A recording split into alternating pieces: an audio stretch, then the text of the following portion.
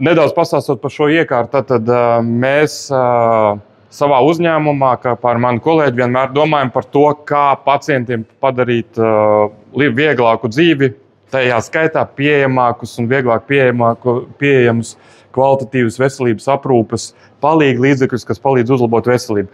Tas radās no mūsu pašu vajadzības kā ārstiem, kur mēs ikdienā strādājot ar saviem pacientiem, viņiem vajag kaut kādas medicīnas preces, un tad viņi prasa, doktori, kur mēs lai tādas dabūnam. Un mēs viņiem sakam, ejiet tur uz aptieku, ejiet tur uz kaut kurieni, medicīnas preču veikliem, un tad meklējiet. Un, diemžēl mēs bieži vien konstatējam, ka mūsu paši pacienti atgriežas uz kontrolas vizīti un rāda, ko viņi ir nopirkuši vai iegādājušies. Tas diezgan bieži neatbilda tam, ko mēs bijām domājuši. Tātad, līdz pat humoristiskām lietām, ka cilvēkam jostas ortozes vietā viņš aiziet tirgu un nopirkt suņa vilnas kaut kādu siksnu un tam līdzīgi, kas pilnīgi noteikti nav tas tavs mērķis. Ja? Un tad mēs, protams, sākām domāt, kā lai mēs pacientiem atvieglojam kvalitatīvas medicīniskas preces un tai pašā laikā nedārgas medicīniskas preces iegādāšanos. Un, protams, ka viena no tām domām ir medicīnas preču automāts tirdzniecības, kur medicīnas preces ir pieejamas 24 stundas diennaktī, 7 dienas nedēļā, neatkarīgi no tā, vai ir nakts, vai diena, vasara vai ziema, vai ir svētki vai darba dienas, tātad šeit var to visu dabūt. Ja? Un pa lielam tātad automāts sastāv no divām lielām daļām. Viena ir aprīkota ar vitrīnu, kur var redzēt, kur ir izliktas.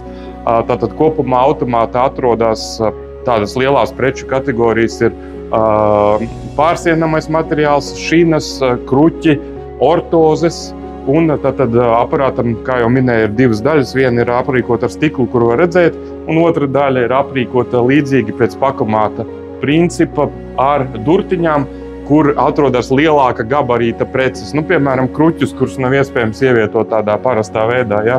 Līdz ar to aparāts ir aprīkots ar lielu izmēra ekrānu, kuru visas šīs preces var atlasīt, iegādāties, un tad pēc iegādes tās durtiņas atverās, un tad cilvēks var saņemt šo preci.